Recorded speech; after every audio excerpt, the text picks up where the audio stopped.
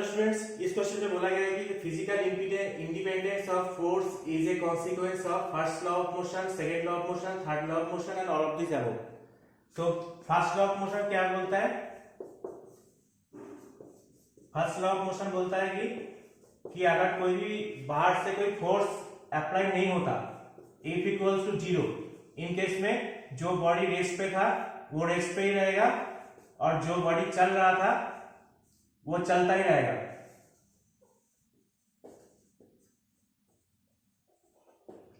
तो बाहर से कोई अगर फोर्स अप्लाई नहीं होता है तो कोई जो पहले रेस्ट पे था फॉरएवर रेस्ट पे रहेगा और वो जो चलता रहता था वो कंटिन्यूअसली चलता ही रहेगा forever. So second law of motion क्या होता है? सेकंड लॉ ऑफ मोशन बोलता है अगर बाहर से कोई फोर्स अप्लाई होता है, बाहर से अगर कोई फोर्स अप्लाई होता है तो F इक्वल्स टू ma, तो फोर्स उसके एक्सेलरेशन को इंक्रीज करेगा। जितना फोर्स बढ़ेगा उतना उसका एक्सेलरेशन बढ़ेगा। ठीक है, F equals to ma।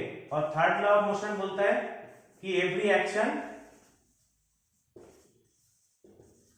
Has its equal and opposite reaction.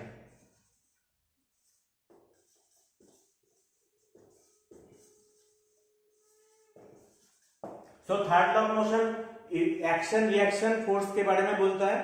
तो उसको वो तो फिजिकल इंडिपेंडेंस नहीं हुआ ना, वो एक फोर्स का पेयर हो गया। तो थर्ड लॉ ऑफ मोशन तो ऑप्शन में नहीं होगा। सेकेंड लॉ ऑफ मोशन बोलता है कि बाहर से कोई अगर फोर्स अप्लाई होता है तो फोर्स उसके एक्सेलरेशन के प्रोपोर्शनल होगा। तो फिजिकल इंडिपेंडेंस कहाँ होगा? फोर्स का इंडिपेंडेंस हो गया। फोर्स तो एक्सेलरेशन के साथ जितना बढ़ेगा एक्सेलरेशन उतना ही फोर्स बढ़ेगा ना, तो उसका फिजिकल इंडिपेंडेंस तो हुआ नहीं ना। तो सेकंड लॉ ऑफ मोशन भी नहीं होगा। फर्स्ट लॉ ऑफ मोशन तो ऑल ऑफ द अबव भी नहीं होगा, तो ऑप्शन ए होगा first law of motion is the correct answer. क्योंकि फर्स्ट लॉ ऑफ मोशन में बोला गया है कि बाहर से कोई फोर्स नहीं होता है तो वो रेस्ट पे रहेगा, वो चलता ही रहेगा। जो रेस्ट पे था वो रेस्ट पे रहेगा, वो जो चलता रहता था वो चलता ही रहेगा। इसका मतलब क्या है कि उसका फिजिकल इंडिपेंडेंस शो कर रहा है कि फोर्स नहीं होगा तो क्या होगा, उसका फिजिकल इंडिपेंडेंस इस फर्स्ट लॉ ऑफ मोशन से शो हो रहा है। इसीलिए फर्स्ट लॉ ऑफ मोशन मेरा करेक्ट आंसर है।